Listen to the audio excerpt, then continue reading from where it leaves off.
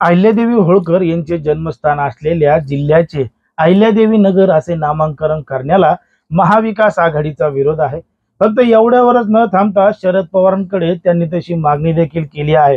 कारण यांच्याच पक्षाचे खासदार अमोल कोल्हे यांनी औरंगाबादचे छत्रपती संभाजीनगर असे नामांतर करण्याला विरोध केला होता।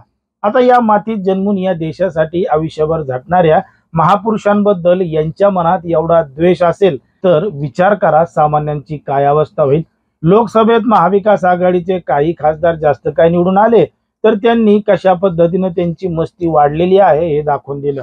राज्यामध्ये वेगवेगळ्या पद्धतीच्या घटना हिंदूंच्या बाबतीत घडत आहेत, पण मात्र महाविकास आघाडी या संपूर्ण घटनांवर कुठेही बोलताना दिसत नाही। उलट सरकारवरच आरोप करत आहे की तुम्ही असं का करताय, तुम्ही तसं का करताय, असे विविध प्रश्न महाविकास आघाडीचे नेते सरकारकडे विचारत आहेत। पण मात्र जेव्हा महापुरुषांचा विषय येतो तेव्हा मात्र ते गपगार बसताना दिसत आहेत, नाहीतर मग त्यांना विरोध करताना दिसतात। शरद पवारांच्या पक्षाची एकूण परिस्थिती पाहता मतांसाठी लाचार झालेले हे पक्ष नाव बदलायला देखील कमी करणार नाहीत।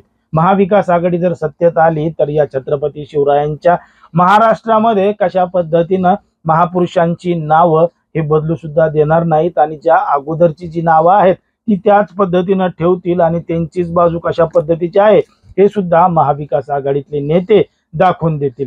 जर आपण पाहिलं तर महाविकास आघाडीची भूमिका नेहमीच दुटप्पीपणाची राहिलेली आहे। सरळ सरळ औरंगाबादचं नाव छत्रपती संभाजीनगर होत होतं तेव्हा सुद्धा विरोध झाला, उस्मानाबादचं नाव धाराशिव होत होतं तेव्हा सुद्धा विरोध झाला आणि आता अहिल्यादेवी होळकर यांच्या नावाला देखील महाविकास आघाडीचे नेते विरोध करताना दिसत आहेत। मग एकंदरीत ज्या पद्धतीनं महाविकास आघाडीचे नेते भूमिका घेत आहेत त्यावरून नेमकं काय समजायचं आणि याच गोष्टीमुळे कुठेतरी राज्यातली जनता महाविकास आघाडीला त्यांची जागा दाखवून देईल असं देखील चित्र आता निर्माण होताना दिसतंय।